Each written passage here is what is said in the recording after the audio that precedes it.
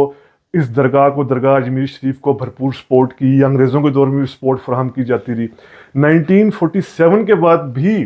India کا ہر prime minister ہر سال اجمیر شریف کی درگاہ پر چادر بھیجتا ہے۔ اب یہ بات حیرانگی کی اس لیے ہوگی کہ کانگریسی پرائم منسٹرز یا جو نان بی جے پی کے پرائم منسٹرز رہے ہیں انڈیا میں، وہ بھیجتے رہے تو بات سمجھ آتی ہے کیونکہ وہ سیکولر پالیٹکس کرتے ہیں۔ لیکن جو حیرانگی کی بات ہے کہ اب جو موجودہ بھارتی پرائم منسٹر ہیں مودی، یہ بھی ہر سال اجمیر شریف میں چادر بھیجتے ہیں، اور اس سال جنوری میں بھی انہوں نے درگاہ اجمیر شریف میں چادر بھیجی تھی۔ یعنی کسی نے بھی چیلنج نہیں کیا اس چیز کو کہ یہ درگاہ مندر توڑ کر بنائی گئی، کیونکہ معین الدین چشتی کی فالوئنگ جو ہے وہ مسلمانوں میں صرف نہیں بلکہ وہ ان کو ہندو بھی بڑی تعداد میں مانتے ہیں۔ آپ دیکھیں وہاں بڑے بڑے ہندو سیلیبریٹی جاتے ہیں،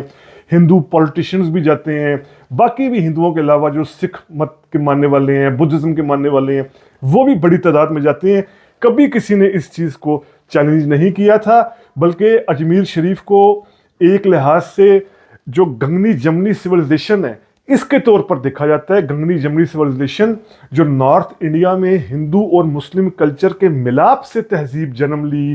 زبانوں کا جنم ہوا، اردو زبان اس کی ایک مثال ہے، جس طرح کی موسیقی، میوزک، آرٹ، کلچر، فوڈ، لباس پر جس طرح کے اثرات ہوئے، اس گنگا جمنی تہذیب کی ایک بہت بڑے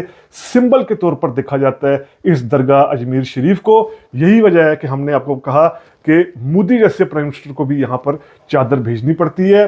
اب اگر ہم دیکھیں تو یہاں کی ایک اور بڑی اہم حقیقت ہے یہاں کی اکانومی، یہاں کی معیشت۔ جو درگاہ اجمیر شریف ہے اس کے اطراف میں جتنا بھی بازار ہے، جتنی بھی دکانیں ہیں، جتنی بھی ٹریڈ ہوتی ہے، یہاں پر 50% مسلمان ہیں اور 50% ہندو ہیں۔ یعنی یہ پوری جو اس درگاہ سے ریلیٹڈ معیشت ہے اس میں صرف مسلمان ہی نہیں، ہندوؤں کو بھی فائدہ ہو رہا ہے۔ اس درگاہ اجمیر شریف کی بدولت، اجمیر شریف کے بارے میں ہم نے ریسرچ کیا،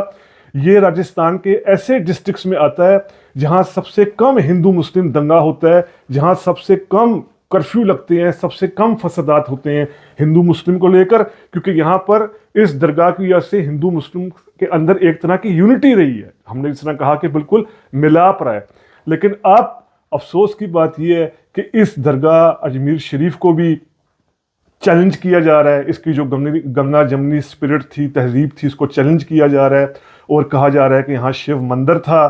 اب جو اصل میں اور عدالت نے بھی اس کا جو طرح ہم نے کہا کہ اب انڈیا کی اسٹیٹ بھی بیک کر رہی ہے، تو عدالت نے بھی کہہ دیا ہے کہ ٹھیک ہے اس کی کھدائی کی جائے، اس کی جانچ کی جائے اور دیکھا جائے یہاں پر مندر تھا یا نہیں تھا۔ یعنی انڈیا کی اسٹیٹ بھی اب کھڑی ہو گئی ہے ہندو انتہا پسند تنظیموں کے ساتھ، جو وہاں کی گنگا جمنی تہذیب کو تباہ کرنا چاہ رہے ہیں۔ بالکل یہ بات دکھ کی ہے، جس طرح ہم نے کہا کہ پاکستان میں سب کچھ ہوتا ہے اور ہمیں اس چیز کا دکھ ہے، یعنی پاکستان میں یہ نہ ہوتا تو ظاہری بات ہے بڑا اچھا ہوتا، آج پاکستانی معاشرہ کچھ اور ہوتا اگر یہاں باقی مذہب کے ماننے والوں کو بھی رواداری اور ان سے ٹالرنس کی جاتی۔ ابھی حالیہ ہم دیکھیں بنگلہ دیش میں جیسی شیخ حسینہ کی حکومت ختم ہوئی تو اس کے بعد اطلاع آئی کہ وہاں کے مندروں پر حملے شروع کر دیے گئے ہیں۔ یہ تو ڈاکٹر یونس نے پھر مندروں کے دورے کیے اور مندروں پر حملوں کو رکوایا۔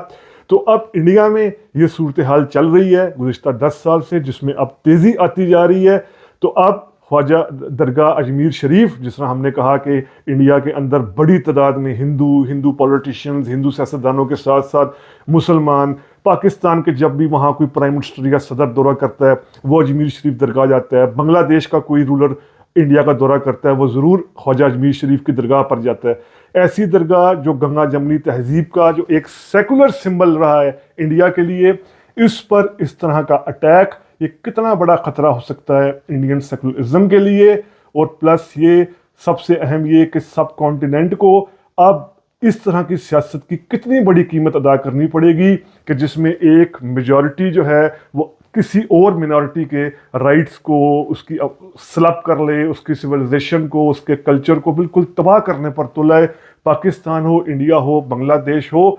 کب تک یہ قیمت ادا کرنی پڑتی رہے گی اس سیاست کی، یہاں کی سویلائزیشن کو؟ تو یہ اجمیر شریف کی میں درگاہ اجمیر شریف کو لے کر جو کنٹروورسی چل رہی ہے، اس پر کیا گیا ایک ویلاگ جو ہم نے کوشش کی آپ کے سامنے ہم فیکٹس رکھیں، ہسٹوریکل فیکٹس، فگرز رکھیں، ڈیٹا رکھیں۔ امید کرتے ہیں آپ کو یہ ویلاگ پسند آیا ہوگا۔ اگر پسند آیا ہے تو کائنڈلی سبسکرائب کیجئے۔ ری تھنک ود عمر جاوید۔ شکریہ۔